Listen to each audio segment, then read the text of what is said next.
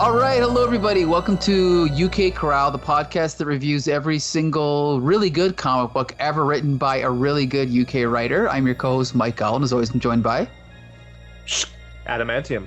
That's right. And Nice Man, unfortunately, is not with us yet, but he might join us at some point. I think he's in a different time zone over there in the States that we didn't know about. But yeah, he's not with us yet. Maybe he'll join us later. We'll see. The robots must have interfered with him. Could be. But right now, we are here to talk about the only ongoing series so far that we've really touched on. This is our second episode covering Judge Dredd. And I believe when you suggested this comic, Adam, this was the first storyline that you kind of suggested, right, as something to review? Well, this was the first major storyline for Judge Dredd in general. So there's a couple ones that are noteworthy. You have Judge Death, you have The Cursed Earth, but this one was notable for being the first one that really made a serial storytelling element out of Judge Dredd. Judge Dredd, yeah. Who I'm failing to say the name of the comic. Because as you probably recollect from earlier, it was single standalone issues. You didn't really have a connecting story.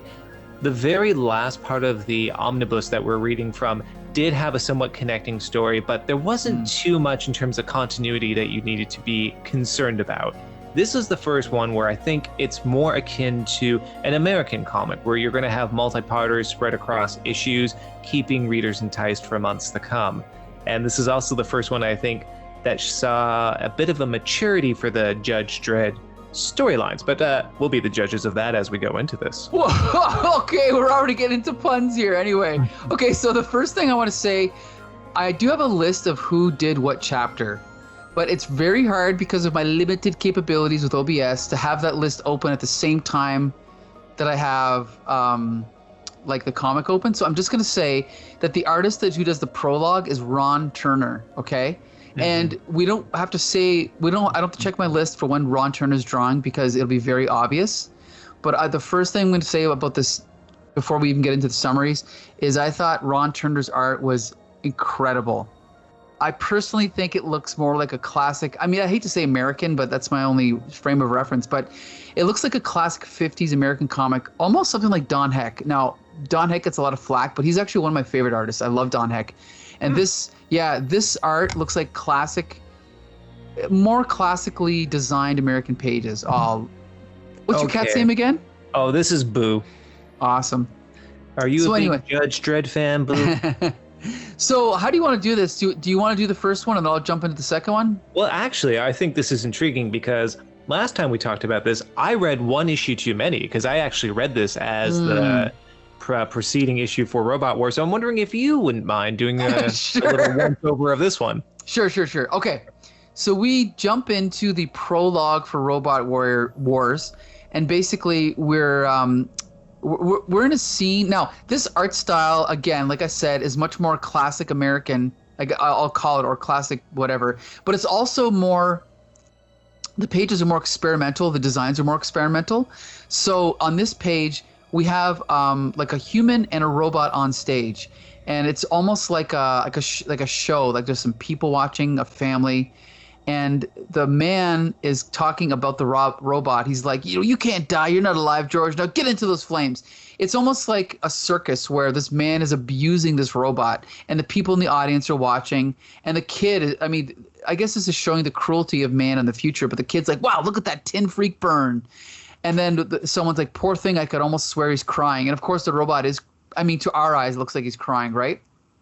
It could be some like melting metal or something. But yeah, that definitely is the visual implication. Right. Just before you go on, Mike, I got to say, do you notice a little bit of a similarity between this child and the Mad Magazine mascot?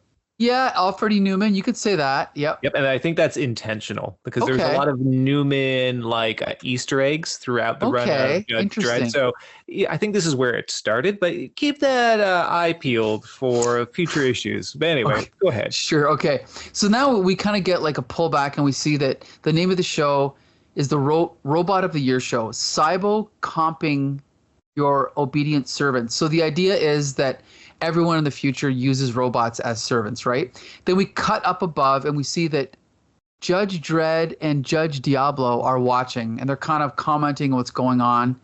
And Judge Dredd is showing a little bit of empathy. He's like, we give robots the will to live, and then we expect them to die like willing slaves. So he's a little bit of commentary there. Mm-hmm. And then just at that moment, a guy comes in riding a robo chair, which is like a robot that also has like a chair underneath him, kind of, or maybe the robot's operating the robo chair. I'm not sure, but there's a guy in it who it looks like he's disabled. He's not able to walk. So he runs in and he shoots Judge Dredd and Judge Diablo, and starts like a little firefight here. The judges shoot back. Right, we have a little bit of some combat here. And then I like this sci-fi idea where Judge Dredd shoots. He's like, only one way, explosive bullet at the dome. So he shoots the dome that's protecting them. And then, sorry, I skipped over this part, but the bad guy released deadly gas into the room or whatever they're in. So by shooting the dome, the gas is sucked out into the air, and it says the deadly fumes were sucked through the hole that Dredd blasted the dome to be dealt with by the mega city's air purification system. And I love, I guess you could say, exploiting these sci-fi concepts, because if you're going to have something set in the future, you might as well have everything be one extra step in the future, right? So I like stuff like that. Of course. Right? Yeah. Just go one step beyond. You might as well, right. The most superfluous inventions and mechanisms you can imagine, you might as well implement them, because why not? Exactly. So then, okay, and then, so this is basically the introduction of the Heavy Metal Kid and the Heavy Metal Kids, I think. So, the Heavy Metal Kid is the robot for you. He'll never let you down. And basically, you see that I believe everyone in the room is dead, right? Yeah, it looks like it. Go ahead. It's not quite clear if they're dead or just incapacitated, but with Judge Dredd, it's not afraid of having a body count. So sure, let's just assume all of these denizens have been executed. Yep. So then basically Judge Dredd is now going to pursue this guy. So he jumps into a police bloodhound robot, which is this really freaking cool looking, again, almost 1950s-esque sleek vehicle with which almost like a elephant snout on the front of it. He jumps into it and starts flying it through the air. And the first thing I'm thinking is, oh my God, this should have been the movie, right? Like, I'd love to see this. So he's chasing after this guy. Halt, lawbreaker. He's shooting at him. He ends up shooting the robot that's piloting the robo chair. And then the robot crashes into kind of like a ledge. Oh my gosh, look, it's Nice Man. Hey, decided to join us. What's going on, Nice Man? I'm so sorry. I got waylaid by supervillains. We figured. We thought it was robots, but I guess it was supervillains. Yeah, no, I absolutely would not want to miss this one. Good. Well, just so you know, I was literally just about to summarize the last panel. So I'll just say that we're at the part where we're in the prologue, and Judge Dredd has shot the guy riding the robo chair. The robo chair smashes, and then the guy falls out. And then Judge Dredd makes a comment at the end saying, I would not have caught the lawbreaker without this bloodhound robot. But that heap of metal down there was a robot too. How long will it be before robots discover how to break the law? The answer in next Prog's Judge Dredd. And that's the end of the prologue. So we've kind of given some opening comments already, but we might as well jump to Nice Man. Nice Man, give us your thoughts just on this prologue so far of this Judge Dredd story. Right from the beginning, it had me entertained because I thought of the different things that I would want to say. And the things I want to say are repetitive, Are what? Repetitive. Oh, sure. Yeah, because it's entertaining from start to finish. I know we're just doing prologue, but it's just thoroughly entertaining. It has the typical, for me, British quality of taking the piss. Sure. It doesn't mean getting drunk. It means you're having fun with it, Mm-hmm. I laughed, and I thought, wow, this is great. I'm having such a good laugh. I mean, there are so many instances of it. Well, and the thing is when I read something like this or something like Valerian, was that what it's called? Valerian? Geez, you know what I'm talking about, the French comic. Yeah, I think so. I can't remember what it's called, the full title. But when I read something like that, I go, I love this, but I wish I would have discovered it as a teenager. Because this flows so, it's like, it just zips along. And it's not like it's great literature, but it's so entertaining. It's so funny. It's so action-packed. And so one thing I was saying, Paul, before you jumped on is I really, really, really like this art by this artist. And I've already forgot his name. Ron Turner. I don't know. Like, what did you think about the art of this prologue? Nice man, nice guy, nice man. Well, I mean, clearly he's good. Clearly. But I hear a but. At times there is such detail. I was almost blown away by some detail.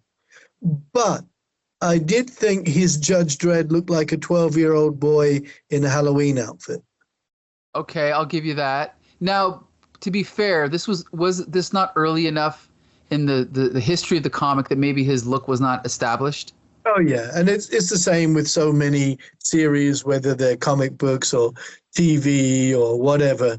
You know, it takes time to really understand. Like, remember Jim Starlin's Thanos? When he started, it was quite, you know, it wasn't like he became a real heavyweight, not because he was fat, just a heavyweight. But early on, he's pretty ordinary. And this very early Judge Dredd is like, you know, Kid Dredd. Okay. I was saying to Adam earlier that I feel like this art is more, it almost reminded me of Don Heck or like a 50s artist, like very, you know, like the camera's jumping around here. I know you can't see my my screen, but like the camera's moving around a lot. There's some really nice shading. There's some really nice texture. It's more like a classic comic artist. And then like even the design of the space, what is it called? The police robot hound or bloodhound robot. All that stuff is really cool. So this guy, I mean, I do like the other artists, but I think this guy is by far my favorite artist so far that I've seen. So, okay, so with that, I guess we're going to jump into the next chapter, right, Adam? Sure. Yeah, okay. We might as well. Oh, I'll just give my thoughts, by the way. Oh, yeah, that's right. You didn't give your reviews. Sorry, Adam. Excellent. I don't really think I can say anything more than what's already been stated.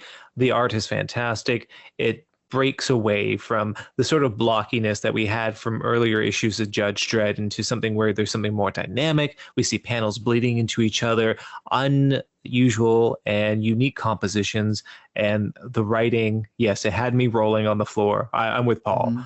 I'm with Nice Man. This was fantastic. With that said, I imagine you want me to recount the next issue, which is the actual beginning of the Robot Wars. Sure. So Robot Wars begins officially with one of the greatest nemesis to ever face Judge Dredd. And people wonder, who could this be? Could it be Rico? Could it be Judge Death? No, it is Call Me Kenneth. Call Me Kenneth is a wonderful robot. He looks very much like an homage to something from Forbidden Planet. This big, bulky, visored brute who is screaming from his chest plate, which is adorned with the text, Call Me Kenneth, death to the fleshy ones. And he's rampaging throughout Mega City 1. He's basically decimating everything in front of him, killing judges left and right. Now, Judge Dredd, at this time, he is basically in a chamber with other judges. He is trying to tell them and convince them that robots will probably rise up and will inevitably rise against humans.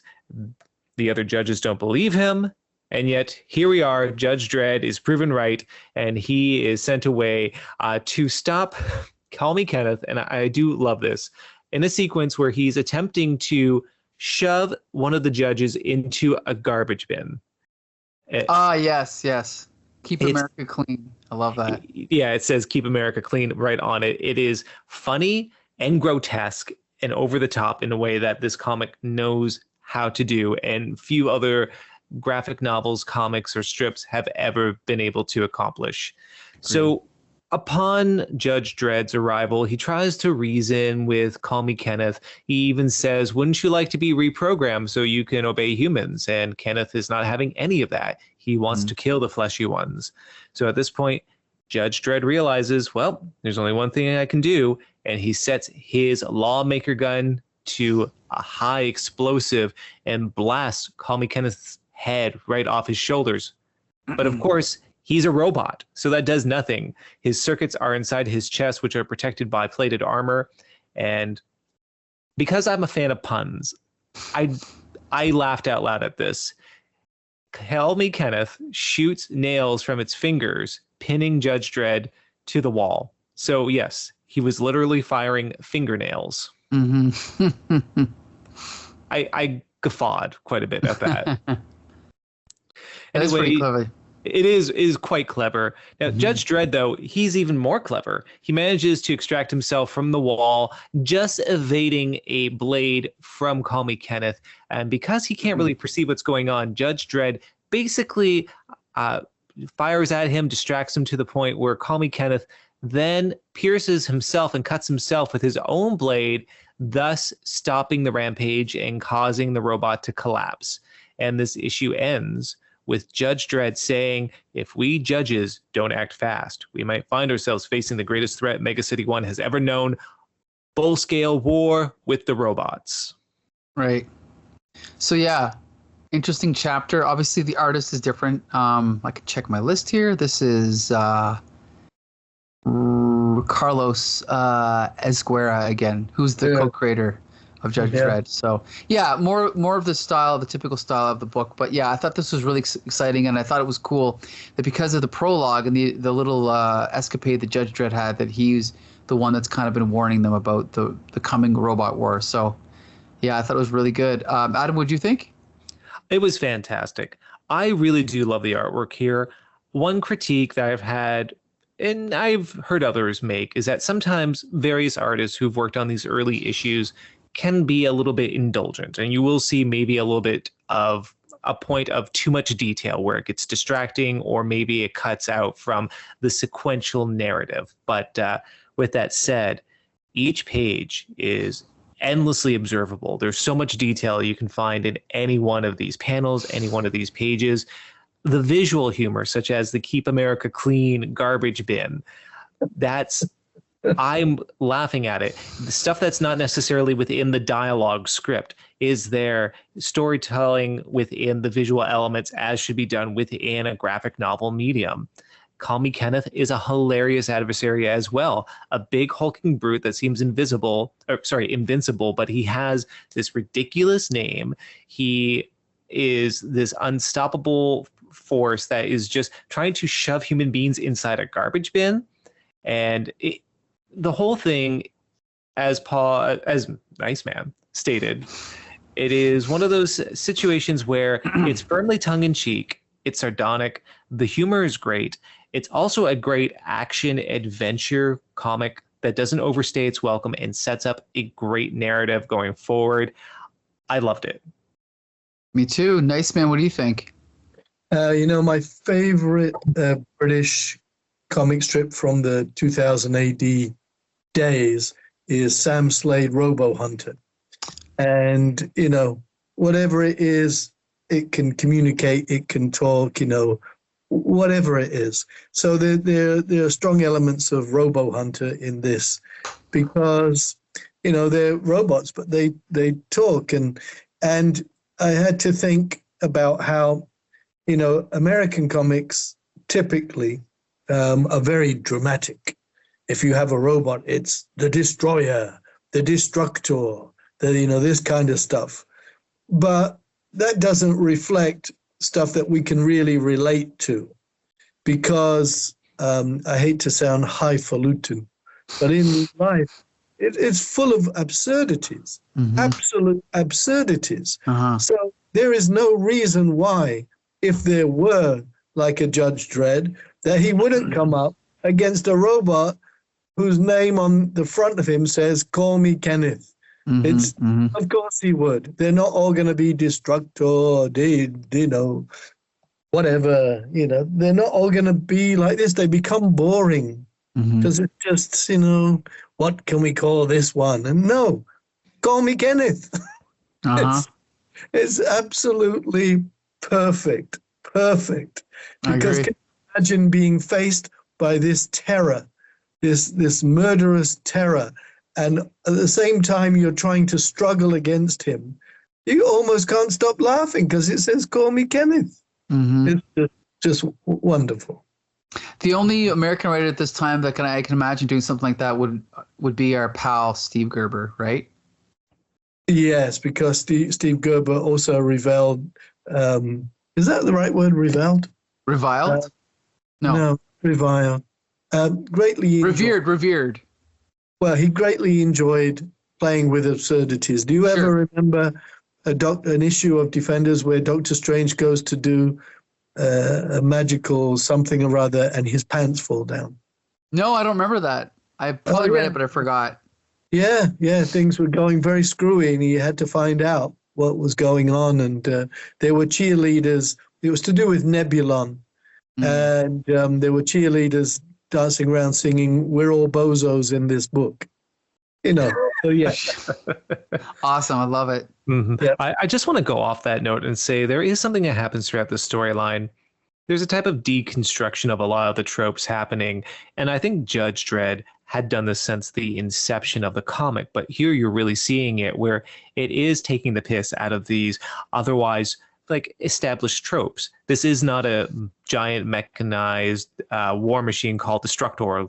It is Call Me Kenneth. That we're seeing things here where it's either exaggerating it enough to point out the ludicrousness of these tropes, or it's changing it enough to do something clever with it. And I think Judge Dredd, especially by the end of Robot Wars, is going to do both. And I think that's the sign of a really good comic that does a great job at deconstructing and re-examining what could be cliches into something unique. Okay, I guess with that, we're going to jump to the next chapter here. Oh, my buddy is back. My favorite artist, Ron Turner. So yeah, he's back on art now. And so basically, here we go. Judge Dredd is asking for special powers to destroy all the high-grade robots. And then basically his boss is like, well, no, request denied. He's like, okay. And Judge Dredd is like, okay, but I'm just saying things are going to keep getting worse. And then he hands in his shield, right? So he basically quits.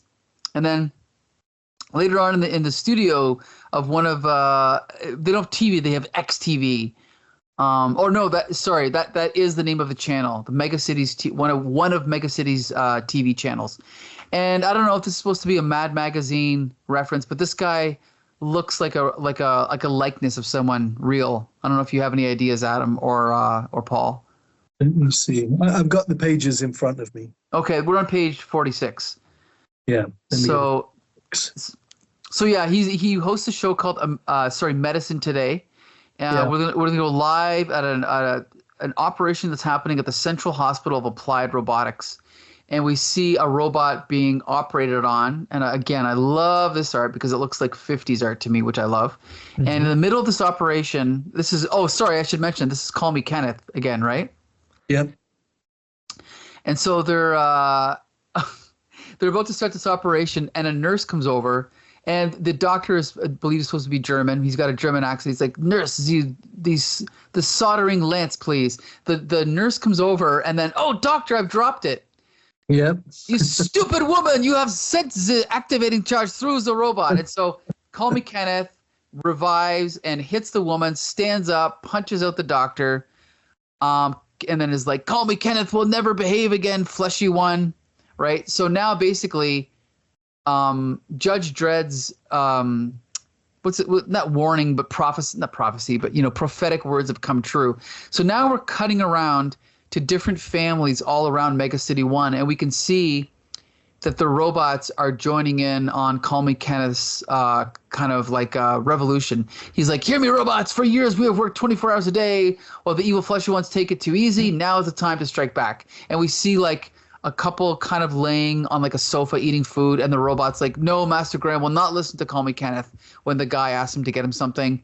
Then like his arm turns into so then we cut back to Call Me Kenneth, and Call Me Kenneth's arm activates like a drill, and he uses it to kill the doctor. We see another two people sitting there. Another robot's rebelling. Another robot takes this couple and throws them out of a window, and we see them tumbling out of a skyscraper. It's crazy. Great. It's good fun here. Action packed. Oh, sorry. So then we see all over the city robots revolt against their masters, and then we see in a giant office android robots designed like humans for appearance sake walk out en masse. Stop! You can't do this. Get back to your desks, slaves. And so then these androids beat this human to death. And so now this is like a full-out revolt. We see like riots in the streets. We see robots throwing humans over balconies. We see robots turning over humans' cars. And then we see judges trying to keep the peace. Meanwhile, they know there's only one person that can save the day. And then one of the guys is like, who will lead us now? Judge Dredd is gone. And then sure enough, who bursts through the door but Judge Dredd? And like a nice little hero shot, right? Mm-hmm. He puts his badge back on, jumps on his motorcycle, and then goes off to save the day with some other judges behind him. And then it says, before this night is over, the lives of many people and many judges will run red in the gutters of Mega City 1. Next, Night of the Judges. So there you go. Things are about to heat up here. So yeah, another really good chapter. And again, plotted out well because this is over the course of several issues. Now we're basically in the second chapter or the third, however you want to consider it. But I thought this issue was really great. And as I said before, I love the art in this one. Nice Man, what did you think of this chapter? For decades after the end of World War II, there are lots of British weekly war comics with lots of German accents. So of course, the Doctor's going to have a German accent. Of course he is. Of course he's going to say things like, please, Nazi carpenters drill. Right. I guess a French guy could have said that too. I want to go back one page in case I've missed any classic dialogue. Well, there is, you stupid woman. that was probably my favorite. Yeah, as soon as you read it, it's going to be fun. Good afternoon. We have repaired already the damage and given the robot a new body. But as the laws, blah, blah, blah, that is what we must look for. It's just, of course, it's like a caricature. But personally, I find caricatures great fun. Sure. And then, when we get to the point where he's like killing is easy, he takes two people and tosses them through the window of a big high-rise. They are plunging all the way to their death, and it's hilarious. I love it. Absolutely hilarious. I was reading it and just laughing as they're going, ah. Uh-huh. I'm not supposed to do that. I mean, they're plunging all the way to their death, but I mean, it's very funny. Yeah, I agree. Yeah. Adam, what do you think? There's many things to appreciate with this. I love the glow up that Call Me Kenneth received. He looks a little bit like Yul Brynner. It's great. With the third eye as well. Sure, yeah. But just, following up, the humor is on point. This is pure satire at its finest. We are seeing what could be in some hands a very overwrought, very overdramatic story told with incredible humor. There's nothing being held back. The fact that the nurse trips and this electrical charged conduit just happens to charge up Call Me Kenneth. How does that happen? How could that have happened? I think it's actually really clever, the fact that it goes from the panel of her walking to the next panel of the apparatus just actually attaching itself to Call Me Kenneth, because there's no possible way that could have happened. The absurdity of that step missing is part of the joke. It's great comedic framing in that regard. Sure. And then beyond that, perfect absence of Judge Dredd as well. Just bookending this chapter, the chaos ensuing between the two. Another stellar outing for this series. And Mr. Adamantium, I must mention the name again, Kenneth, because what's the significance of this? Well, at the very least in Britain, if you have this name, it's a bit of a, what can we say? bit affected Kenneth. So Like it's a bit posh, a little bit. yeah, everybody would call you Ken. And if you actually do say to someone, call me Kenneth, you must be a very nice boy. You know what I mean? Because you wouldn't. You'd say, call me Ken. Yeah, my name's Ken. And if you dare to say, call me Kenneth, you know, you're a bit too nice. So of course there's the wonderful irony. Like you can imagine the fun they had when they chose the name. What should we call him? You know, call me Sid, call me John, call me what? Oh, I know. Call me Kenneth. Kenneth. You know, it's so precise. Just nice. So yeah, there's multiple layers to that gag then. Yeah, I think, you know, from that culture, you wouldn't want to be introduced to your friends as Kenneth. Gotcha. You really wouldn't want to be. You would quickly say, no, call me Ken. Call me I guess the equivalent I can think of would be something like I'm trying to think of an equivalent, Adam. Like maybe the Dredd pirate Nathaniel, something like that. Well, I know. I was gonna say something like what's like a nerdy name like Tarquin. Or what's the one? Oh, geez. Mike L. Yeah, there you go. No. Mike, Because I'm thinking of the video for "Hot for Teacher" by Van Halen. Oh, geez. So help me out.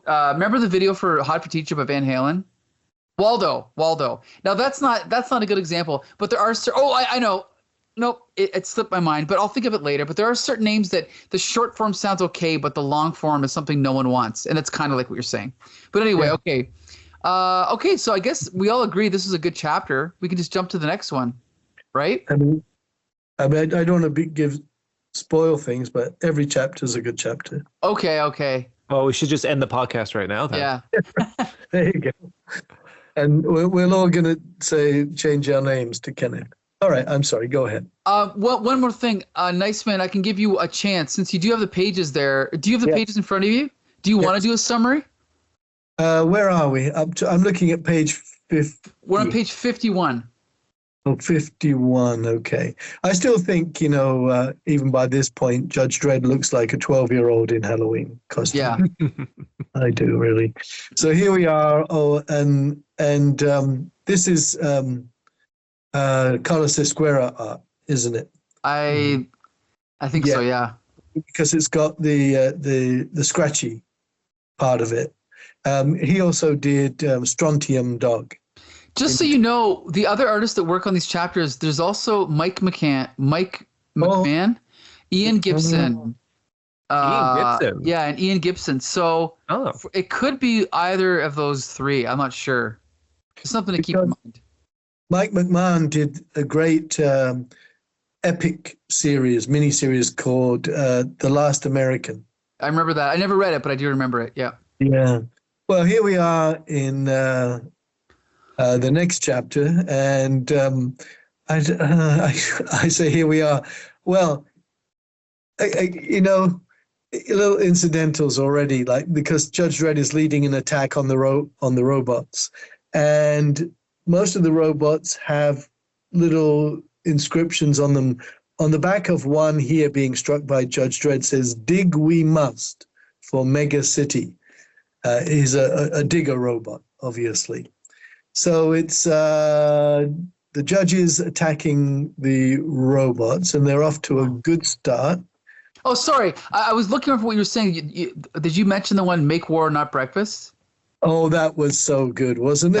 That was funny, yeah.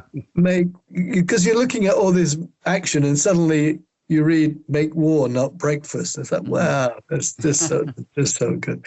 And here we are on the next page, but the robots are being rallied by Call Me Kenneth, and that's where the sign says, "Make War, Not Breakfast." And then with his leadership, he calls on the heavy metal kids who are big, thug-like robots, big and thuggish. And of course, they're the heavy metal kids. There's no other name for them. Mm-hmm. As the Judge Dredd says, the ultimate destroyers. So now the tide is immediately turning back in favor of Kenneth and his pals. And as we go on, one by one, I think the judges get overwhelmed by things. And I'm stalling while I go to page 54. That's why my voice is going up. That's okay. I like the art. I think I prefer this art. Really, I like the differences. Like on this page, there's a regular kind of panel. Then there's a circular panel, and then there's a rectangular panel, and then another circular one. I mean, it's got great variety, and I love the angles as well. And some of the dialogue is also a lot of fun. Where one of the heavy metal kids says, "Mash him, bash him, grind him, smash him." You know, it's just classic stuff. And they use their big hammer ball fists to try to take out the judges, but Judge Dredd, being smart, weaves in and out from their blows, so they end up striking the ground. And because they're so powerful, they end up causing the ground to give way. And when the ground gives way, the heavy metal kids fall into the gaping, what shall we call it, crater. And so that kind of takes care of that. And then continuing on, because this is the last part of this chapter, we discover that Dredd has a cleaning lady. It's like, what? A cleaning lady in his apartment, and she's Italian. What's the significance of this? She was introduced earlier on, right, Adam? She was, but I think she made perhaps 2 prior appearances to this. To be honest, I was also a little bit taken aback when Maria showed back up, but here she is, and nice man. If you enjoyed doing that German accent, I'm sure you're going to enjoy this dialogue from her. We would all have enjoyed this. What have you done to my judge? I mean, it's wonderful, isn't it? Because we've got this all-out battle going on against the heavy metal kids, and they're crushing people and crushing judges and one thing and another. And then, the judge uses his smarts, which all heroes do, and the heavy metal kids go down the crater, like we said, and then immediately we can't take things too seriously. And again, I'm being unkind to American comics, which I love as well, because with the American comics, that would have been it. We sent them down into the crater. All right, end of chapter, on to next chapter. No, just so that we don't take ourselves too seriously. And here, immediately after that, is the judge being berated by his cleaning lady, or the judges being berated by cleaning lady. And not just any cleaning lady, a cleaning lady with such a heavy accent. And you take it easy, Judge, while I get to some of my minestrone, All right. Yeah, I also have to point out this last little panel, this little box here where it says, "Do not let your house robot read the story. It might give him bad ideas." That reminded me of the same sense of humor at the end of Man of Iron. Remember one of the chapters where Jazz is driving off? There was a little panel that says something like, "Warning kids, do not take rides from strangers," or something like that. But it just reminded me of that exact sense of humor that you just wouldn't see in an American comic. So I don't know. I just thought it was interesting. And would we definitely not see it in an American comic? Not unless it was like an all-out funny thing. Right, unless it was Mad Magazine or something, right. Yeah. Again, like you said, maybe Steve Gerber a little bit, with the absurdities. And even then, I bet some people at Marvel, like in editorial, like, what the hell is this? Doctor Strange's pants falling down? Right. Yeah. So Anyway. yeah, the action's heating up, eh? So I thought this one was really good. I personally don't like this artist as much as the other artist, Ron Turner. Got to remember that, Ron Turner. But yeah, I thought this one was really good. What did you think, Nice Man? No, I mean, I already. Oh, what did I think of this? Yeah, what's your evaluation of the story itself? Oh, it's just nonstop entertainment and keeps you on your toes. Like I said, immediately from the climax to the action, we're straight into the judges being berated by an Italian cleaning lady. Mm-hmm. Now some people might say, "Oh, you're making fun of Germans. Oh, you're making fun of Italians," and I'd say, "Come on, just have a sense. It's a sense of humor. Come on." I'm with you. Adam, what do you think? Oh no, I love this. Spoilers. I loved every issue of this, but this one particularly stood out for me because of the visual comedy. I know, Mike, you said this was not your preferred artist, but I think it also did a great job, as with the previous issue, of having those visual gags. The "Make War Not Breakfast" sign was a particular one that I really enjoyed. And I love how there is a mixture of action, comedy, and even other influences that I think aren't going to break the narrative, but if you know, it adds another layer of depth. For example, the Heavy Metal Kids.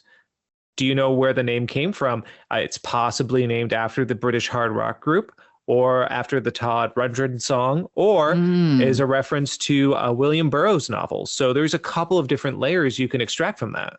And the Beano. Have you ever heard of the Beano? Yes. The Bash Street Kids. Okay. Yeah, I love the Bash Street Kids. No, I never heard of them. What is it?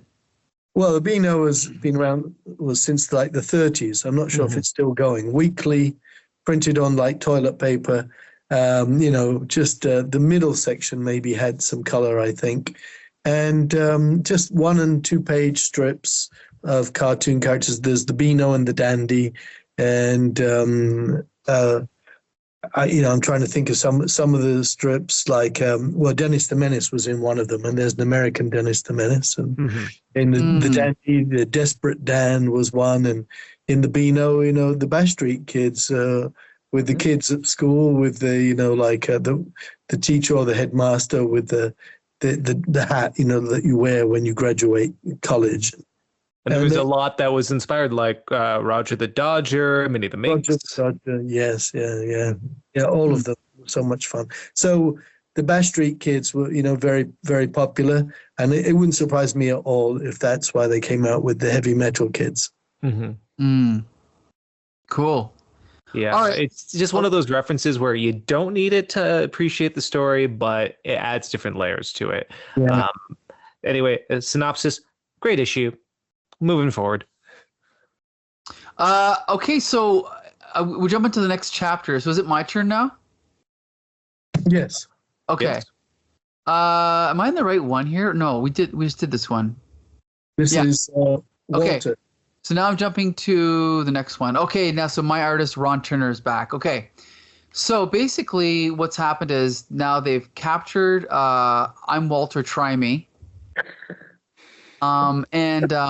This is maybe it's for kids, but it still gets pretty violent. Like they're holding a gun to his head, and okay. So this character, I personally don't like when they do this, but this is the character with a lisp, and so yeah, it's Walter, the old vending machine robot. Fear has given his mechanical voice a lisp. And they're like, oh, but we're with all robots, Dredd. An explosive shell through his rotten head will finish him. Wait, I'm going to give you a chance to prove yourself, Walter. Tonight I go into the robot-held part of the city to kill their leader. Call me Kenneth. You will come as my guide. So again, it's just like one adventure after another. I love this. So now Judge Dredd teams up with Walter, and they're sneaking in. And every time Walter talks, I'm trying to find a sample of his dialogue with his lisp. Oh, thank you, Judge Dredd.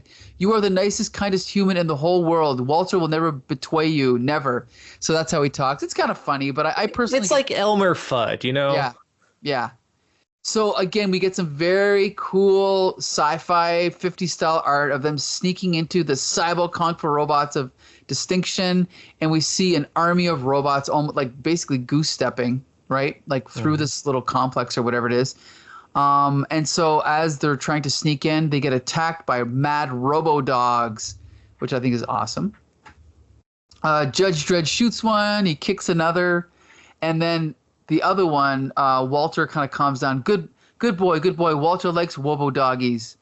Shut up, Walter. That good boy has just taken a big chunk out of my leg. So it's a little bit of humor there, right? Mm-hmm. So then they're walking along, and then they run into another type of robot. It's oh yeah, it's almost like a big. It looks like, I don't know, almost like an octopus with like all these robotic arms, kind of, but not really.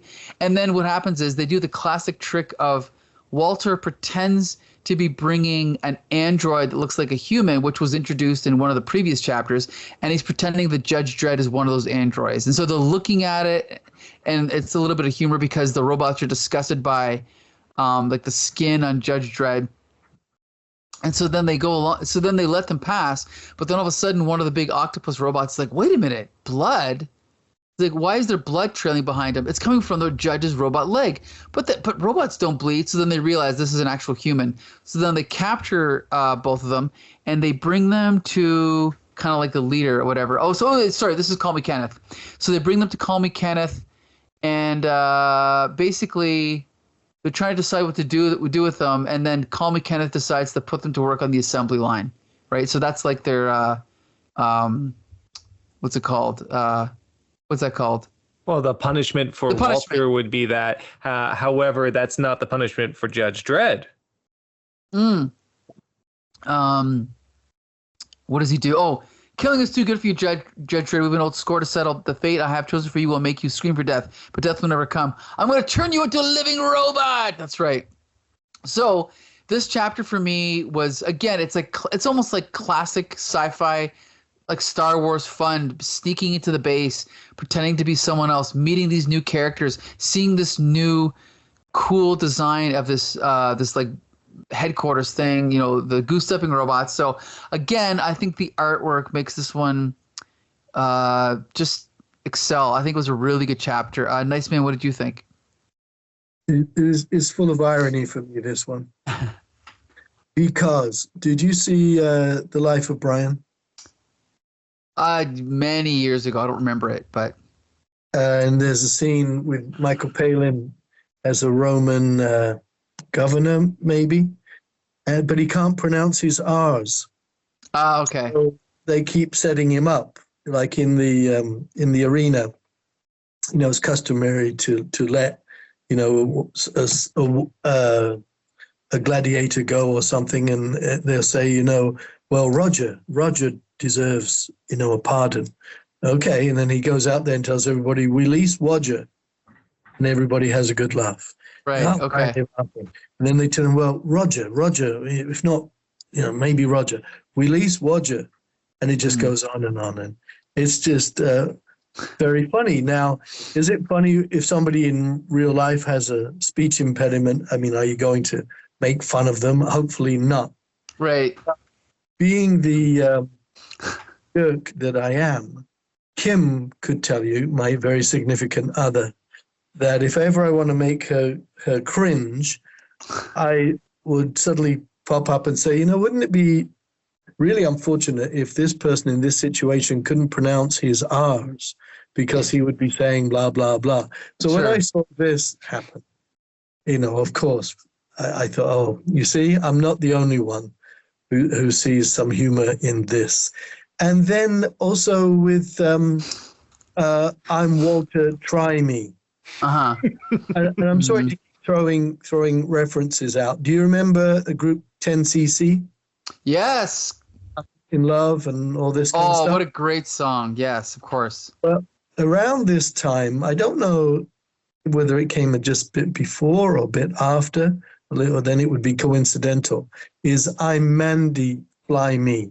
Because there were ads going on at that time for airlines saying, for example, I'm Jenny, fly me. I'm Susie. Okay. Like stewardesses. And 10cc came out with the song, I'm Mandy, fly me. So here we've got I'm Walter, try me, which is much in the same vein. And he's a vending robot. Sure. Mm-hmm. So yeah, it's again perfect for it. So you see, I am following the story as the two of you. Thank God you're here to convey the story. But all these touches just so entertain me, all of them. Mm-hmm. What page are we on right now? Because I wanted to mention something. I don't want to go too far ahead. This story starts at 56. 56. Or this chapter, yeah. Yeah, so, even here, the robo-dogs, right? Mm-hmm. Mm-hmm. I mean, this is, again, like something from Sam Slade, Robo. Mm-hmm. Because, of course, there's robo-dogs. Of course, there's a bloodhound dog. Of course, there are. And they're just such fun, including the ones that are disgusted, as you said, disgusted by his flesh. Mm-hmm. It's, again, entertaining. Mm-hmm. Something we haven't brought up yet. Some of the judges in earlier issues made passing comments about, for all of Judge Dredd's animosity towards these robots, he kind of acts like a robot himself. And I think this is like a full circle to it. Like, you wouldn't expect that sort of foreshadowing in such a comedic and tongue-in-cheek comic. And yet here we are with this conclusion that, he might actually be turned into some sort of synthesized android. And that's, I think very clever. Also, I think highlighting the sort of, how can you say, a ridiculous extent to which Judge Dredd follows the law and enforces it to the point of absurdity, which was mentioned before, absurdity coming in again. One thing, and I don't know if either of you feel this might be the case, I do agree with Nice Man's assessment of Walter's name, but I also thought what you were mentioning before about Call Me Kenneth, and I thought about the short term for Walter, Wally, try me, and I just thought, was that a little bit of a blue joke on the on the behalf of the writers? Probably. Yeah. So yeah, no, fantastic stuff, absolutely. Yeah. Okay, we can jump to the next chapter then. Is it your turn, Adam? Oh yeah, I'll go for this one. Sure. So this issue picks up in a very frenetic art style. Now, I'm not sure who the artist is for this particular one. I did mention there were a few iterations of the storyline where I felt the art could take me out a little bit because it was very busy, and I think this issue might be the number one culprit for this particularly. Well, I'll just quickly say again. It's Ian Gibson, I think. Okay, so it's probably Ian Gibson. Yeah. Okay, there you go. Mm-hmm. Now, I actually quite like Ian Gibson's stuff, and I was a little bit surprised when you mentioned the name, because then I realized, oh yes, this is very Gibson-esque. It almost seems like an exaggeration of what I'm used to. With that said, though, still an endlessly scannable page opening up as Call Me Kenneth is showing Judge Dredd to his quarters, where he will the next day be changed into this half man, half android amalgamation. There is some great exchanges happening here, including on the next page where one of the robots who is working within Call Me Kenneth's, I guess you could say, hideout or headquarters, loses one of its appendages because he didn't properly lubricate himself. And Call Me Kenneth tells him, well, you know the outcome of this, you know what you must do. And even though the other robot pleads for its life, it ultimately does what it's asked to do, which is commit suicide by ripping out its own internal gears and wires. It's a very brutal scene, and also oddly comical considering this sort of exaggerated expression on the robot's face. Again, that weird mixture of brutality and humor coming into play, as so often does in this series. Next comes one of the best lines in this entire series. So after seeing what Call Me Kenneth had forced his follower to do, Judge Dredd goes on this diatribe talking about how sooner or later someone will destroy you, robot. If not me, then another judge. There was a human just like you back in the 20th century. His name was Adolf Hitler. To which Call Me Kenneth replies, yes, I'm a big fan of Adolf Hitler. I love that. Yeah, yeah. Like, if you didn't need to know, he was an evil robot to begin with. Right.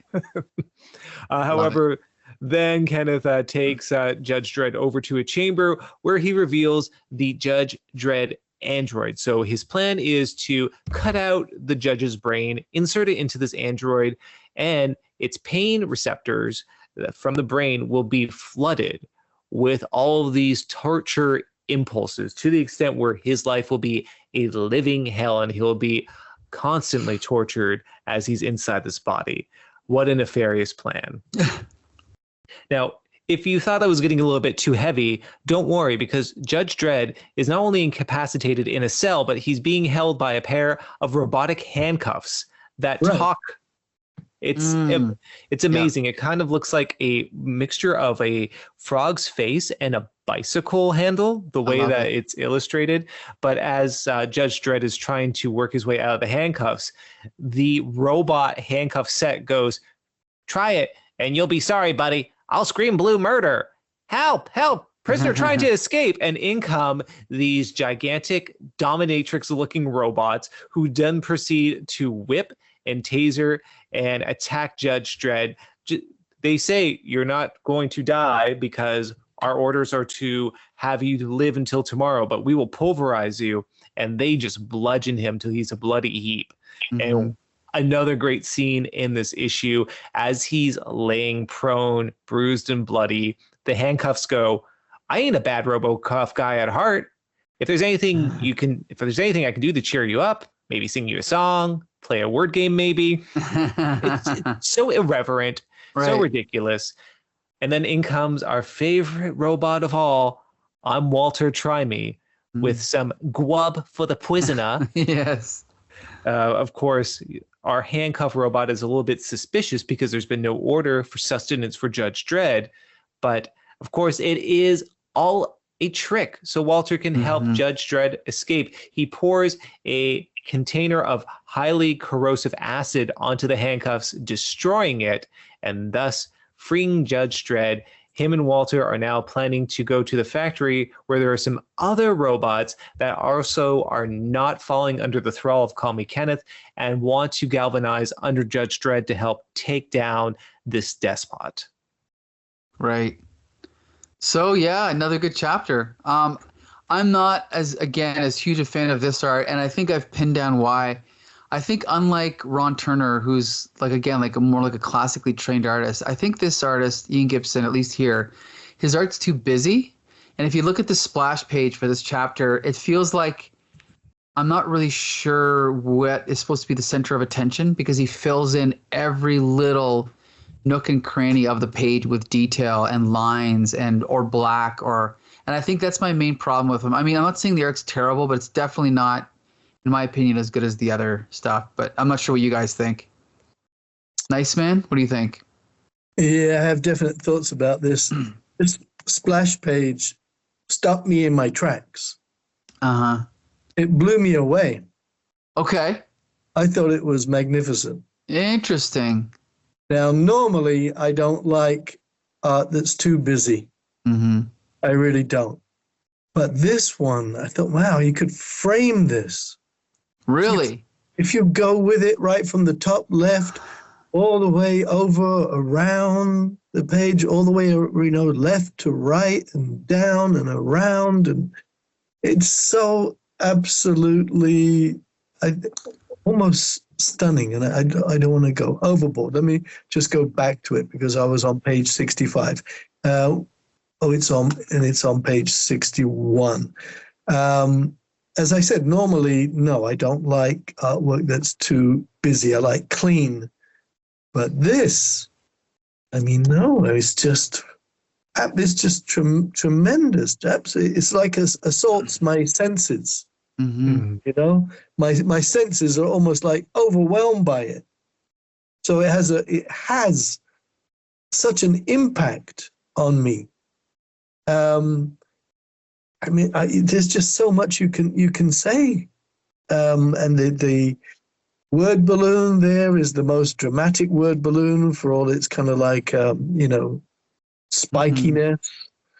The figure in the front to the right, what is he, BB7?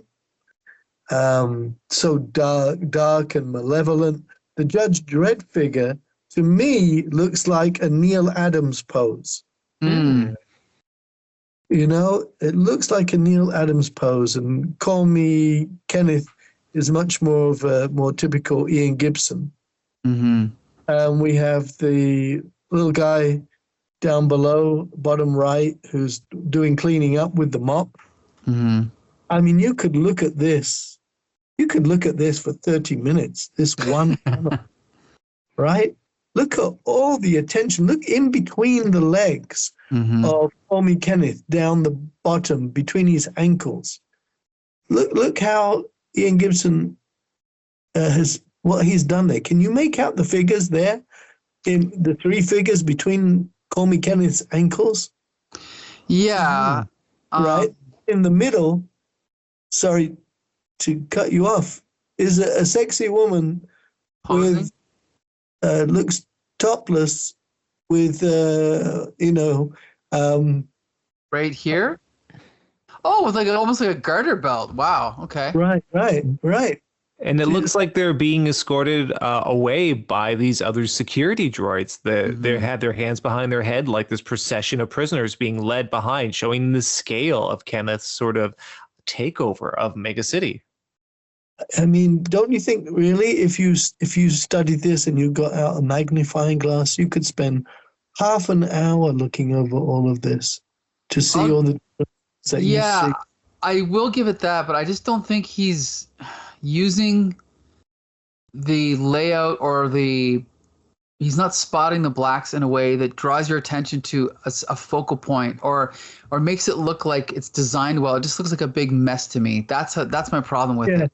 Well, normally I would say that, because do you know the Alan Weiss, the artist Alan Weiss? He did some work. What did he do? He did a Captain America issue, which featured Nick Fury wearing some kind of rug around his shoulders. Okay. He did an Avengers cover with the Molecule Man, like around about 214. I think Jim Shooter was still writing it. Yes. And I've always said lots of people love Alan Weiss's work, but I don't. It's so greasy, always so dolloped in grease, you could fry an egg on it. And this one, you could say a similar thing here. It's just overwhelmingly kind of greasy. But for some reason, it appeals to me tremendously. I would love to have this framed. I would have it framed in my place, and then you'd come over. I'd invite you, of course. I'd say, look at this. Isn't it great? I had it framed. And you would say, oh. But yeah, I love it. Absolutely love it. You know, things like that where I can look down, as I said, between the ankles of Call Me Kenneth, and I can even make out 3 figures being marched away, and one of the figures has like a thong and and so on. It's just tremendous. And then further on, quickly going to go further on. Let me just flick ahead to these pages. Oh, the handcuffs. Now, these handcuffs and the fact that the handcuffs speak, this is classic Robo Hunter by Ian Gibson. Okay. Absolutely classic. Every little device at first you see it, and it's their handcuffs. All right, they're handcuffs. No, they're not, because in the next panel, they're going to talk. Yeah. And they always have character. It's not just a robotic voice. They have character. So isn't it wonderful when the corrosive fluid gets poured on the handcuffs guy, and he reacts by saying, "You dirty double-crossing rat." I do want to point out something else too with Ian Gibson, particularly for you, Mike. If you feel there may be a lack of focus in some of his compositions, there is going to be maturation in his style, because Ian Gibson is well known for his work on Judge Dredd in future issues, and also, like was mentioned before, he was also very well known for Robo Hunter. But I do think, in particular, this artist, who I do think was excellent, and I would be remiss not to mention had passed away last year, rest in peace. Okay. But I think there was a great maturation of his style that he went through. And Mike, you might actually be somewhat familiar with his work if you read any Mr. Miracle from the 1980s, because he was a primary illustrator on that. Yes, I do remember now that you say that. Yes. Which I think was written by, was it J.M. DeMatteis? I believe so, right? Yes. Yeah, I remember. Now it's coming back to me. Yep, he did get a lot better. You're right. And didn't he? I should know this. I don't know why I don't know. Didn't he do League of Extraordinary Gentlemen? No, that was. Oh, I should look it up. Who was that? I can't believe how could I not know that? Didn't he do some? No, it was all done by. I believe so. No. It was all done by Kevin O'Neill. Oh, Kevin O'Neill. Yes, Kevin O'Neill. Mm-hmm. So scrap that. But yeah, your dirty double-crossing rat. Tremendous. Again, it's funny, it's creative, it's good stuff. It's like, again, it's to me screaming to be adapted into a movie or a cartoon or something. But anyway, we should jump to the next chapter. And I believe, Nice Man, it's your turn, right? Or did you just do this one? I think it's my turn, but I don't think I'm good at it. No, but listen, I don't think I'm good at it either. But even if you just want to give us a brief summary, just flip through the pages quick and. Yeah, I will. I think you see, if it was something that I knew very well, then I would just do it easily. But here I have to retrace my steps, and I'm with you. But yeah, it's just part of the fun. It doesn't have to be perfect. Just give us a brief summary. So, Call Me Kenneth. And who's the artist here, by the way? Well, I don't know, but I think it's probably Mike McMahon, right? Or maybe, yes. Yeah. It may be. So once again, Call Me Kenneth is getting more and more tyrannical, which is an important aspect, of course. He's getting more and more tyrannical in general, trying to rally the robots. But meanwhile, Judge Dredd is with Walter, the lisping robot, who's gathered up 3 others. And as the judge says, 3 rundown excuses for robots, which is a great way to rally the troops. One of them is called Howard. They never have names like, I don't know, Scott or something. Right. Virgil, like the Thunderbirds crew. No, it's got to be Kenneth and Howard. So anyway, he's got these bad news bears, but they're still, they've still got some skills and some abilities.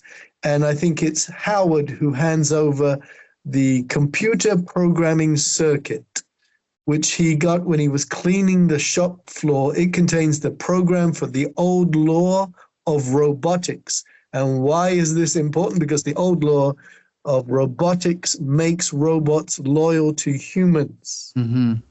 So this is the key here. Mr. Judge Dredd has to get this reinserted into some computer system so that he can get them back to being loyal to humans.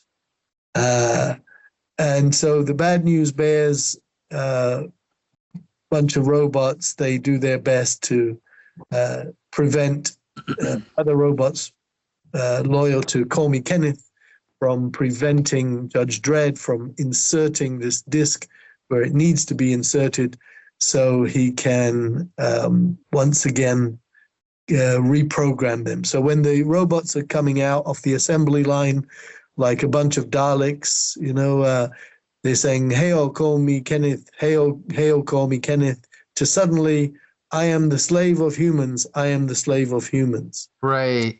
He's managed to switch it around, and now there's going to be a battle because now you've got like equal numbers on both sides. So it's an all-out battle between the robots, with Judge Dredd probably making the difference on the side of his team. And from that, the tide turns very strongly, and they take out more and more of Call Me Kenneth soldiers, robotic soldiers, and it all seems to be going very well. Meanwhile, one of the robots in the Bad News Bears who's helping, it says, or is this Walter? It says no charge. There's no charge for this.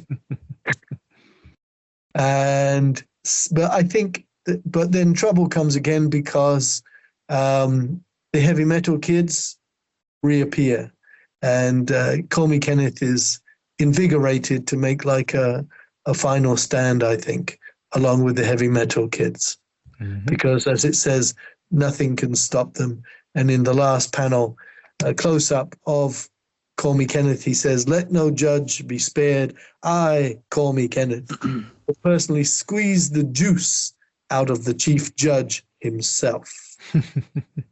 So things are heating up. Yeah. He's squeeze the juice out of him. Mm-hmm.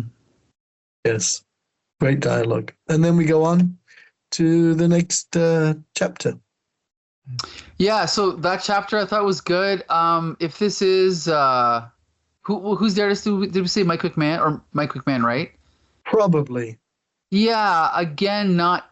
I mean, I'm only comparing it to Ron Turner, but I mean, I did think it was good. Not quite my cup of tea, but absolutely serviceable. Like, again, there's some nice contrast. Like on page 68, we get a nice wide silhouette shot.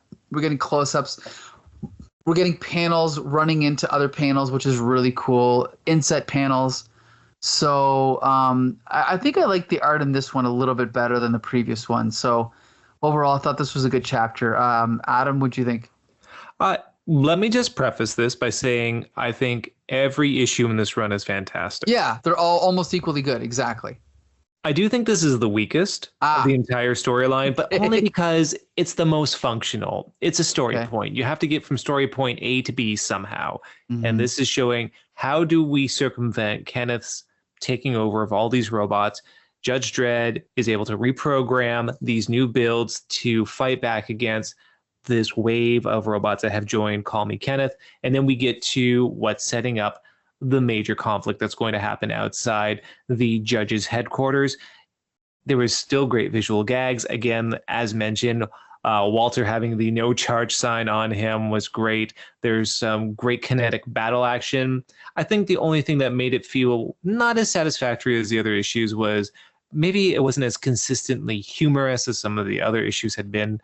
But with that said, though, still fantastic. Great dialogue, made me smile all the way through. Frenetic energy, even though it's much cleaner and a much more minimalist style of illustration compared to what we had before with Gibson.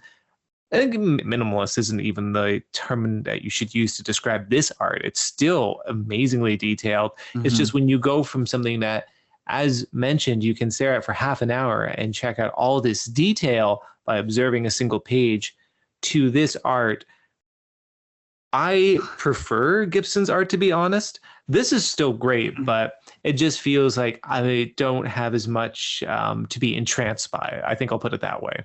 Interesting. Okay. I think I might have slightly preferred this art over Ian Gibson, but all right. Now we jump to the next chapter, and I'm going to talk about it. And thankfully, it's Ron Turner back on art again. So now we're in the full effect of this battle. I am Call Me Kenneth, King of the Robots. I will rule Mega City 1. So basically, there's like a civil war going on, right? And then we see, I like this. We see, meanwhile, above the city, a sky bus speeds towards a floating strato station, Mega City Atmosphere Control. We were talking about this earlier. I love these science fiction ideas. Like, give me all those cool sci-fi concepts. At the controls of the Skybus, lawman Judge Dredd. So he's flying in, and he's like, if the robots capture the Great Hall of Justice, the war is lost. Atmosphere control is in robot hands, but it is our only hope. And so we see him with what's his name, Walter, like shooting down these robots, trying to break in. And so who is it? It's him. Oh, it's the other robot's name. What is it? Jay. He has a different name. J70-13. That's his name, but I guess they just call him J70. Mm-hmm. So they go in and they reprogram the computer. He tries to reprogram, but there's a prompt that comes up. Instructions illegal. Electric storms forbidden in Mega City since year 2012. Cancel order and reprogram. Drock it. So that's the replacement for, the F word. Drock it or damn it. The computer won't accept the order. The law and pledge to serve prevents me from doing the one thing that can save Mega City. So he's got a problem now, right? Oops. Mm-hmm. And so what happens here? So then the more robots come in and they're fighting. Oh, no. This is like still the Civil War. But then they cut back. And now, what's his name? Walter is going to plug directly into the computer, right? Mm-hmm. And he's going to reprogram everything. And he basically he sets. So then, like suddenly, the darkened sky is ripped violently apart by something Mega City 1 has not seen for more than 80 years: lightning, right? And so the lightning is actually sabotaging all the robots. And let's see here. So what happens now? So then one of the heavy metal kids is fighting. Is attacking Call Me Kenneth, and Call Me Kenneth is trying to order him to stop, but he won't stop, right? And they're commenting from the background. The robots are beating each other into the ground. Call Me Kenneth has been down. The war is over. And then they cut over to, by the time Judge Dredd reaches the Grand Hall, the battle is long over. And so now they're all standing there. Thousands killed, but we've won. The last of the robots are being rounded up. But guess what? There's one more final boss, because Judge Dredd says, grave news. If Call Me Kenneth still lives, then my war is not over yet. There's still a final showdown to come. So it's like, now this is going to be the last act of the movie. So this was a great chapter for me, again, because I love the art so much. And, the action's heating up. We're getting some really cool ideas. So I really like this one. Nice Man, what did you think? Note for readers: on Mercury, your delivery shuttle delayed by solar storm. Where does it say that? Did I miss that? At the bottom of the page. Oh, okay. Oh, right there. Yeah, see, there you go. There's that sense of humor again. I love it, right? Yeah, they never let things get taken too seriously. Right. Really. What can I say about this? Let me just go back a bit, because I was on 75. This chapter began on which page? 71. 71, okay, because I think I have something negative to say. Uh-oh. I feel bad about it. I almost don't want to say it. Oh, go ahead. I don't like the art. What is So just so everyone knows, I have to point out that in my Facebook memories lately, I've been seeing a lot of me and Paul's interactions from like 3 years ago. That's how we started chatting, because we used to disagree with each other. Which page was it? Was it back issue? Actually, I think on Facebook we agree with each other like 90%. Well, 90, but there's that 10%. There's that 10% where, but we just interacted with each other a lot, because there was a lot of overlap. That's true. It looks rushed to me. Okay, so maybe this is not Ron Turner's best chapter, but I still love him as an artist, so I do like it. Yeah, that's why I feel bad. Like, for example, if you go to page, like the last page of the chapter, which is 70, or the second last page, 74, like, I love how you see a little bit of action, like wide shot, then the close-up of the electricity, the shot of the robot. I will agree with you, it is rushed compared to his other chapters, but I still think it's really good. And then that last shot of Judge Dredd holding his gun up is actually like a pinup. It's a really nice shot, I thought. Well, on the panel I like most is on 73, and it's right in the middle with the lookalike robots. Sure. Bash. Come and get it, human trash. Yeah, it's good stuff. Genius. That's fantastic, because Oscar Wilde. Well, I think they have this childish sort of look to their face, which is great, because they are the heavy metal kids, and there's something very absurd about them having this childish visage, while there's these big lumbering brutes with giant mallets at the ends of their hands obliterating you. I love that contrast. It's great.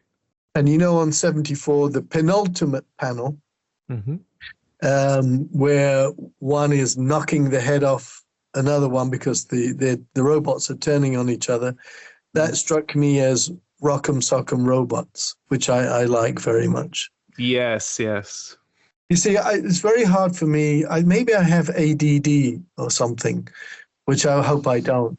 But it's hard for me just to read something and go through it without thinking of references to other things. And I sometimes think, can't you just just go through it, do you have to think, well, this is like Rock'em Sock'em Robots? Well, this is like this is like that. And unfortunately, I can't. But, we've moved along. The robots have turned on each other. We've introduced I like the lightning because they haven't had lightning for a long, long time. But now they've got lightning, and this lightning is adding to everything. It wasn't just a simple matter of Judge Dredd being given the disc that reprograms them to be slaves for people, the end. I mean, it wasn't, of course, more civil war and Call Me Kenneth, nowhere to be found, which is very funny. He was right there and he got knocked down and suddenly he's nowhere to be found. How the hell is he suddenly nowhere to be found? I don't know.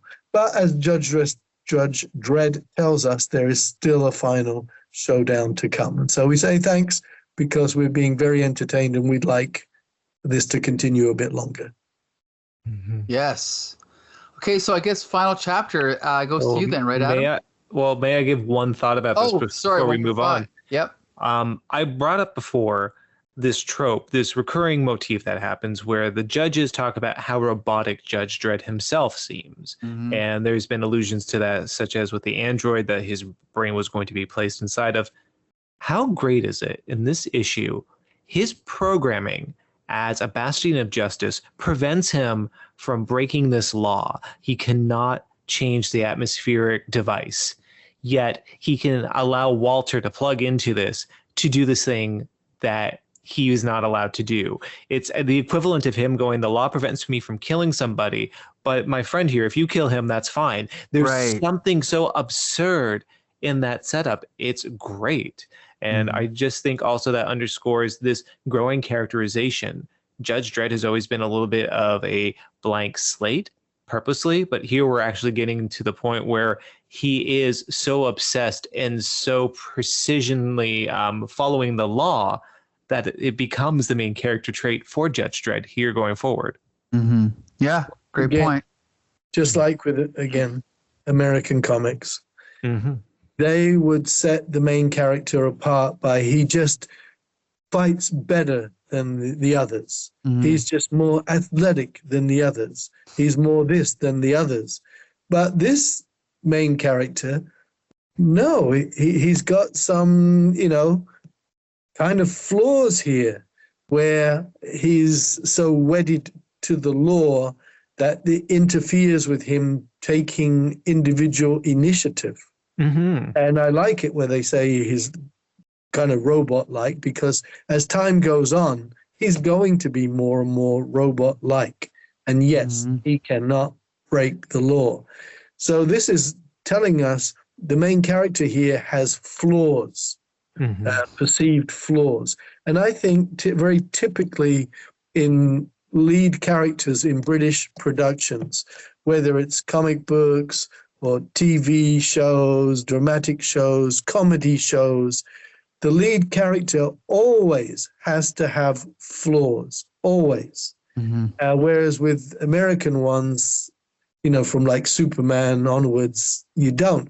You could say, well, Batman does. Batman's a psychopath. But it wasn't, over time. I think as time has gone on, Batman's got more and more flawless. Yes. He's unbeatable now. Yeah.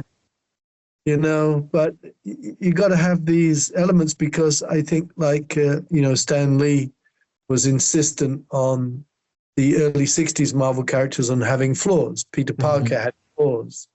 Everybody's got a flaw of some kind. And that's right. When I was a very young kid and I would read Superman, Batman, Green Lantern, Flash and everything, but I never took to Superman the way I did to Batman, never. Because Superman is just boring. Yeah, he's my favorite character anyway. Doesn't have any flaws. And have you forgotten Kryptonite? How Kryptonite can hurt him? Come on. I will say, Mike, I think with how flawless Batman is being written these days, I feel like Superman is becoming more of a nuanced character, especially in the hands of more contemporary writers. I do think maybe if we're looking at the same time frame that this comic was released, we're looking at the tail end of the Neil Adams era for Batman, verging into, I forget who the writers were for the Superman comics at the time, a great disparity between the two. Yeah, the writers would have been Carrie Bates, Yes. Elliot S. Magan. I can't remember the other ones. The Superman comics of the 70s were not the best. They were okay, but I'm a huge fan of the 50s and 60s, the Silver Age. And he was virtually flawless. But I think, as Alan Moore showed with Supreme, there is a way to make that entertaining. Oh, yeah. Alan Moore can do anything. Yeah, we'll talk about that in another episode. But we got one more chapter to go for this Robot War story. And I believe it's your turn, right, Adam? I will take the plunge. And just one quick question before we do. There's this Neebish character who's kind of introducing the story. It looks like he's a host for a television program. It looks to me as if he's almost a caricature of Woody Allen. Does anyone else have a reference for who this might be a reference to? I don't, but nice to meet. What about you? I wish I did, because here's you've tuned to another edition of Crime Time. Mm-hmm. So who was hosting this kind of stuff in the late 70s? I don't know, but it looks like Woody Allen, really. Yeah, I'm going to stick with that as a reference point. Maybe the contrast for the neebishness of Woody Allen compared to the high velocity violence that's happening in these panels. But again, with this very busy, frenetic artwork, we see Call Me Kenneth obliterating judges and these armed troopers surrounding him. People are having their heads crushed. His blade is going right through the bodies of judges. It is pure mayhem. And of course, as Mega City 1 is then appearing within the next page in this beautiful rendering, we have Judge Dredd dredging himself off his motorcycle, getting ready. Well, he is like preparing to enter into the fray, because we have what is essentially happening. Call Me Kenneth is basically, he's decimating these other judges and crew above this oil tanker, because as was established earlier on in this run, he loves a good cup of oil, maybe with some rust flakes in it as well, but his preference is to drink this. And so he is obviously attacking this in order to gain some sort of sustenance for himself. So again, a little bit of humor there that his sustenance happens to be oil. There's even a great Texas City Oil decal underneath the moving vehicle, this moving flighted tanker of this Texan girl with a gun in her hand and a 10-gallon hat. It's absolutely beautiful. Anyway, Judge Dredd, he jumps from his motorcycle onto the freighter where he confronts Call Me Kenneth. And there's this beautiful shot, because as we have failed to note so far, and I'm surprised, with this rebuild of Kenneth, he was actually given a change of aesthetic from this domed head to this more humanoid head with 3 eyes. And we see this wonderful shot. It's almost like 3 barrels of a gun giving different viewpoints of Judge Dredd approaching him. So Dredd fires at him with the lawmaker, and it does some damage, but not enough to prevent Kenneth from escaping. He pierces the tanker, allowing oil to gush out, causing Dredd to slip and fall off the tanker.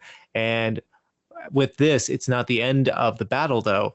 Judge Dredd takes the lawmaker gun and fires at Kenneth, who's now completely soaked in oil, causing him to ignite. He screams out, "Fire hot, burning me, bad pain, not allowed. Call Me Kenneth forbids it. Call Me Kenneth rules." Just in time, and that final word for him to explode along with the tanker. Judge Dredd, it's not quite clear how he recovers. I think he may... Oh, there is actually a great sequence here, so minutely detailed, I almost missed it. He's caught in a net that's brought in by a flying fire department spaceship or some sort of flying vehicle. It's a small detail, but it is there. And then we see I got one thing. Did you get the reference for Top of the World? No. That's a Jimmy Cagney movie. I can't remember if it's White Heat or one of those, but I believe he's burning to death in a fire, and he's like, "Top of the world, ma!" So that's a reference. Yeah. Very good. Great references here. Mm. Then, of course, there's the big procession at the end where we have people congratulating not only Judge Dredd, but also all of the robots that assisted him in taking down Call Me Kenneth, who will be awarded pleasure circuits. And again, as per the humor of this, we have different robots in the crowd who are making commentary about this pleasure circuits.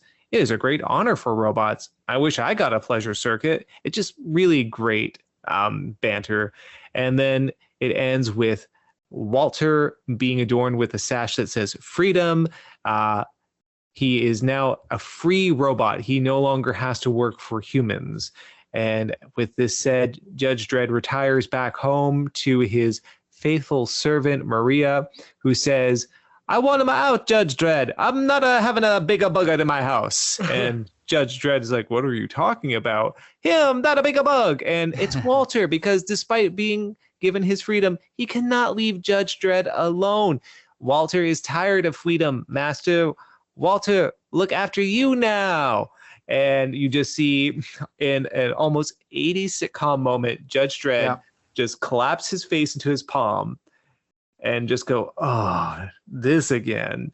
It's an oddly corny way to end this violent storyline, but one that I think, in an ironic fashion works really well. And that ends the Robot Wars, and Walter will then become a somewhat recurring character throughout Judge Dredd. He won't be a major presence, but he will return from storylines here and there. And the final battle with Kenneth, the final Robot War, and the idea that all you need to do is treat your one subordinate poorly, and eventually he will want to come running back to you to serve you undyingly with his conviction. Yeah, I mean, I think it wraps up the story really well. Obviously, the final battle with what's his name? Call Me Kenneth is great. I love the artwork in this is already better. So this is Ian Gibson now.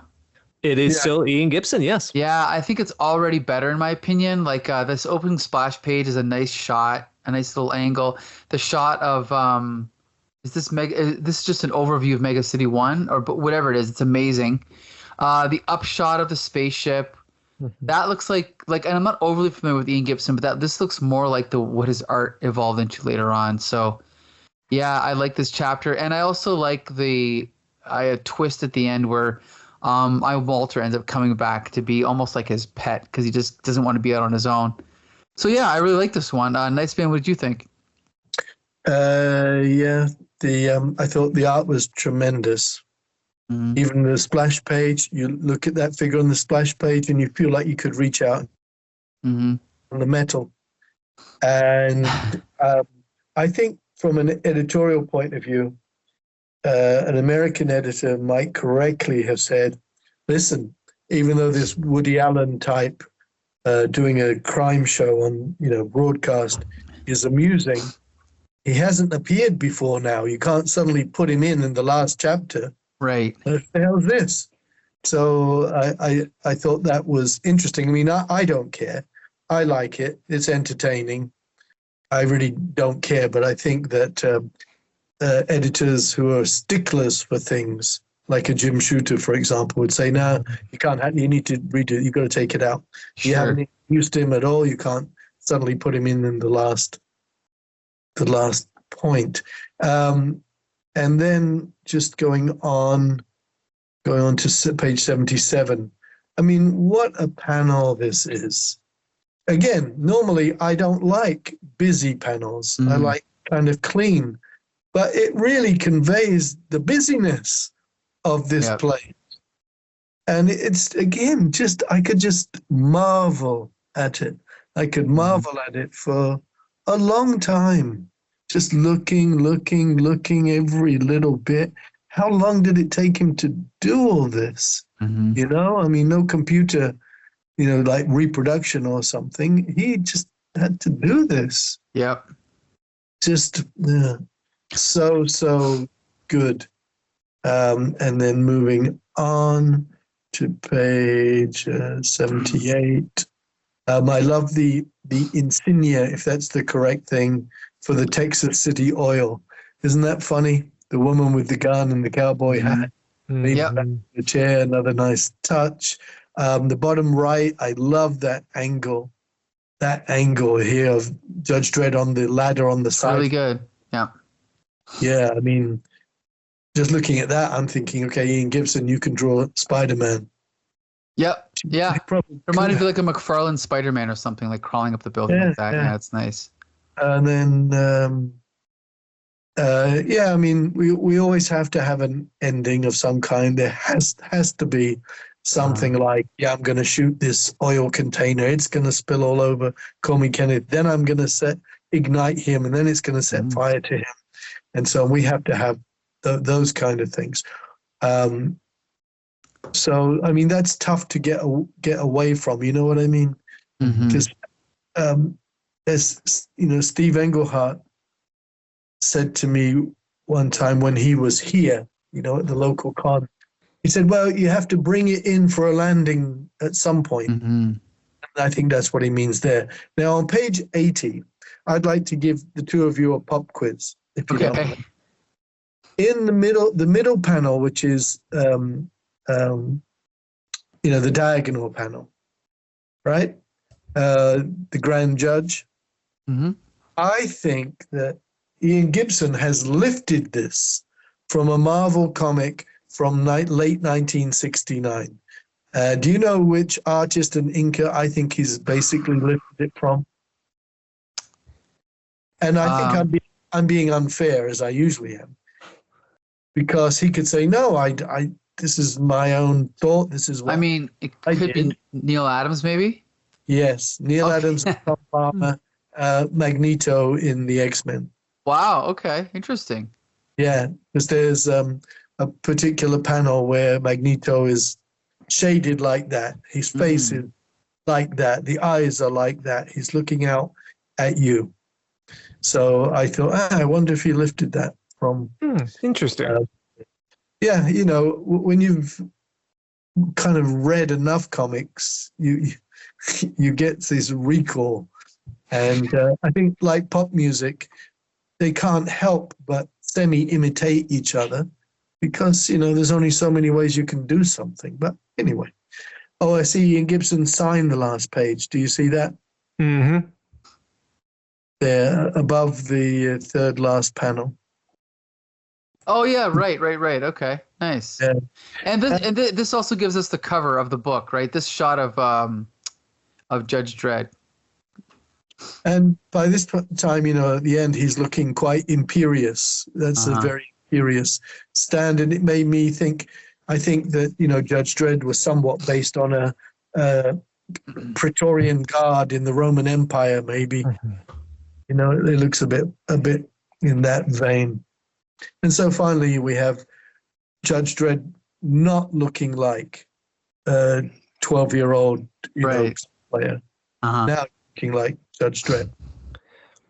I will only say that when we look at these sort of, how should we say, exaggeration of hypermasculinity from especially American action films, the exaggerated proportions aren't quite what they were in the 1970s as they are now. So even in the 1980s, where we saw just huge flanks of meat running around shooting guns at one another as like the apex of masculine aggression, here I think Judge Dredd is much more taken in after the likes of maybe Stallone from Rocky, or perhaps even after the Mad Max films. And I think maybe that more slender appearance was part of it. But I do think, to Nice Man's point, as the series progresses into other decades and eras, you're going to see Judge Dredd's physique and his position and the way he stands shift to match these sort of ideas of action heroes as time goes on. And I really do think, to your point, yes, this is the first time where they've understood this is going to be the representation of how he's going to stand, how he's going to pose, how he's going to be positioned, which is why I think Ian Gibson is such an incredibly important artist for Judge Dredd, because here is probably the first iteration, as you said, of the Judge Dredd look being finalized. Right, and that's probably why they use it for the cover, right? I agree completely. I think maybe it's not the type of ending I was expecting or maybe even necessarily wanted for the series. I thought something maybe a little bit more humorous or tongue-in-cheek would have worked, such as what if, anticlimactically Walter was the one to somehow, eliminate Call Me Kenneth.